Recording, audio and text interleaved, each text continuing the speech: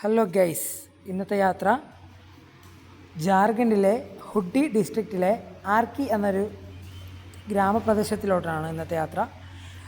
ചുറ്റും ഫോറസ്റ്റ് ഏരിയയാണ്, വളരെ വിശാലമായ റോഡും അതുപോലെ വളരെ സൗന്ദര്യപൂർണ്ണമായ പ്രകൃതി ഭംഗിയുമാണ്. നമ്മുടെ യാത്ര ഇങ്ങനെ തുടർന്നു കൊണ്ടിരിക്കുകയാണ്.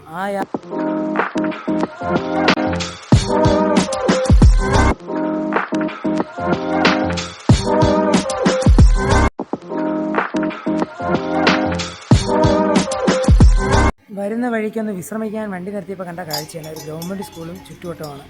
ഒത്തിരി പശുക്കൾ ഇങ്ങനെ പുല്ല് മേഞ്ഞതിന് ശേഷം നടന്നു പോകുന്നുണ്ട്. വളരെ വളരെ ഒരു പ്രത്യേക കാഴ്ച തന്നെയാണ്. ആദ്യമായിട്ട് കണ്ടതുകൊണ്ടാണോ എന്നറിയില്ല.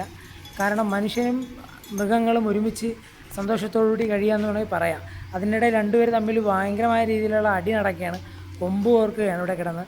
പിടിച്ചു മാറ്റാനൊന്നും ആരുമില്ല. ഞങ്ങൾ ഒത്തിരി ശ്രമിച്ച് മാറുന്നില്ല. ദൂരെ പോയി നിന്ന് അടികൂടുകയാണ്. അവരങ്ങനെ അടിച്ച് തീക്കട്ടെ. അതിനിടയിൽ എൻ്റെ ബാബുവിൻ്റെ വക ഡാൻസൊക്കെ ഉണ്ടായിരുന്നു. ബാബു കിടിലമാണ്. ബാബു ജാർഖണ്ഡുകാരനാണ്. ഞാൻ പിന്നെ ഭക്ഷണം കഴിക്കാൻ വേണ്ടി പുറത്തോട്ട് ഇറങ്ങിയതാണ്. ഒത്തിരി ദൂരം നടന്നു. ഇവിടെ അടുത്തൊരു CRPF ക്യാമ്പുണ്ട്. അപ്പോൾ അതുകൊണ്ടാണ് ഷൂട്ട് ചെയ്യാത്തത്. ഞങ്ങൾ ക്യാമ്പിൽ നിന്നാണ് പോകുന്നത്. പിന്നെ വെയിൽ കാരണം പുറത്തിറങ്ങാൻ വയ്യാത്തൊരു അവസ്ഥയിലൂടെയാണ് കടന്നു പോകുന്നത്. ഭയങ്കരമായ വെയിലായിരുന്നു പുറത്ത്.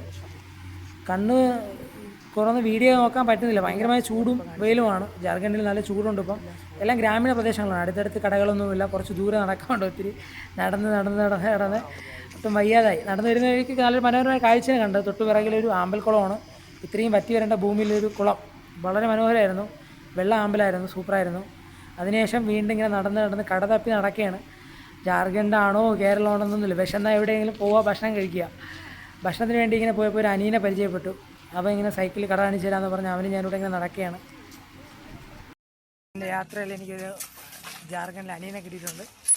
അപ്പം എന്നാ ഹിമാൻഷു എന്നാണ്.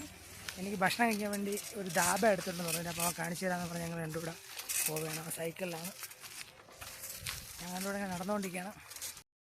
ാണ് ഇതൊരു ഗ്രാമപ്രദേശമാണ്. ഇവിടുത്തെ ഗ്രാമപ്രദേശങ്ങളിലാണ് ഇങ്ങനെ യാത്ര. ഇപ്പോൾ ഒരു ഹോട്ടൽ കിട്ടിയിട്ടുണ്ട് അടുത്തായിട്ടൊരു പയ്യൻ്റെ വഴി.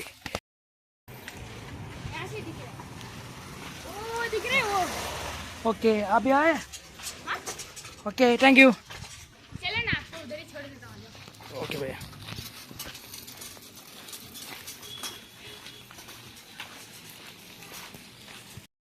ഫൈനലി നമ്മളപ്പം ധാബയുടെ അടുത്തേക്ക് എത്താറായിക്കൊണ്ടിരിക്കുകയാണ്.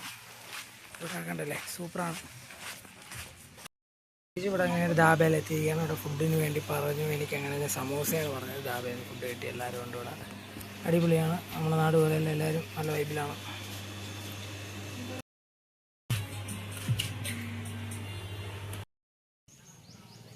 പിന്നെ എനിക്ക് ഏറ്റവും ഇഷ്ടപ്പെട്ടതെന്ന് വെച്ച് കഴിഞ്ഞാൽ നമ്മളെ നാട് പോലെയാണ്, ക്ലീനാണ്. ഇപ്പോൾ പണ്ട് നമ്മൾ ഏതോ പത്രത്തിൽ വായിച്ച് ആരോ പറഞ്ഞതുപോലെയൊന്നുമല്ല ഗ്രാമീണ മേഖലകളും നമ്മുടെ ഇന്ത്യയുടെ വിവിധ സംസ്ഥാനങ്ങളും.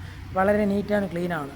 ഇപ്പോൾ ശൗചാലയത്തിൻ്റെ കാര്യത്തിലാണെങ്കിലും സ്കൂളിൻ്റെ വിദ്യാഭ്യാസ കാര്യത്തിലാണെങ്കിലും ഏത് രീതിയിൽ നോക്കിയാലും ഒട്ടനവധി മാറ്റങ്ങൾ വന്നിട്ടുണ്ട്. അത് ഇനി ഭരണകർത്താക്കളുടെ ഉത്തരവാദിത്വത്തോടുകൂടിയാണെങ്കിലും അല്ലാതെ രാഷ്ട്രീയം പറയണതല്ല. എല്ലാം നല്ല രീതിയിൽ വളരെ മാറ്റങ്ങൾ ഉണ്ടായിട്ടുണ്ട്. ജനങ്ങൾക്കാണെങ്കിൽ പോലും വളരെ രീതിയിൽ മാറ്റങ്ങളുണ്ട്. എല്ലാ ഇംഗ്ലീഷ് മീഡിയം സ്കൂളുകളാണെങ്കിലും എല്ലാ ഹിന്ദി മീഡിയം ആണെങ്കിലും എല്ലായിടത്തും നല്ല രീതിയിൽ ലാംഗ്വേജ് വിദ്യാർത്ഥികൾക്ക് പഠിപ്പിച്ചു കൊടുക്കുന്നുണ്ട്.